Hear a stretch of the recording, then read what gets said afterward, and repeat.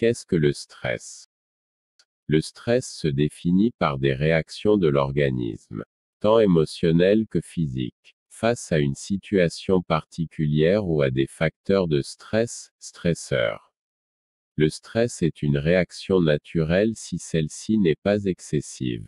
A contrario, une situation de stress chronique peut être considérée comme étant pathologique et peut entraîner des désordres digestifs, des céphalées, des troubles du sommeil ou encore d'autres atteintes physiologiques. Chez les personnes asthmatiques, le stress peut être à la source de détérioration des symptômes liés à l'asthme. Il en est de même pour les personnes dépressives, anxieuses, ou présentant d'autres troubles mentaux. Des moyens et des techniques permettent de lutter contre le stress, particulièrement quand celui-ci est chronique, comme par exemple les exercices de relaxation, ou encore de respiration. Les situations de stress les plus courantes sont l'approche d'examen, d'un entretien, d'une présentation orale devant un public ou encore en réponse à un certain danger.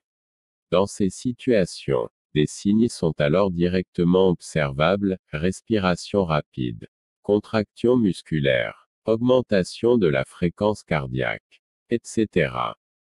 Les causes du stress. Le stress est déclenché par des situations qui représentent un danger pour l'individu ou par des stresseurs. Ces situations de stress ou stresseurs peuvent s'apparenter par divers contextes en fonction de l'âge de la personne. Chez l'enfant et l'adolescent, ceux-ci peuvent se traduire par la confrontation à des situations violentes, abusives ou encore conflictuelles, comme dans le cas d'un divorce des parents. Chez l'adulte, il s'agira davantage de situations stressantes dans la vie quotidienne et au travail, d'anxiété et de dépression. Des études ont notamment démontré qu'un état chronique de stress, chez l'adulte, était le plus souvent la conséquence d'un état anxieux sous-jacent. L'exposition à des situations traumatiques peuvent également être à l'origine d'un stress chronique.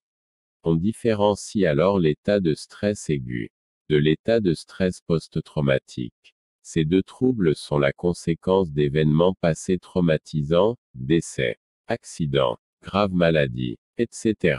D'autres origines peuvent être également associées à une situation de stress, le tabagisme, l'utilisation de substances illicites, des troubles du sommeil ou encore de l'alimentation. Signes et symptômes du stress.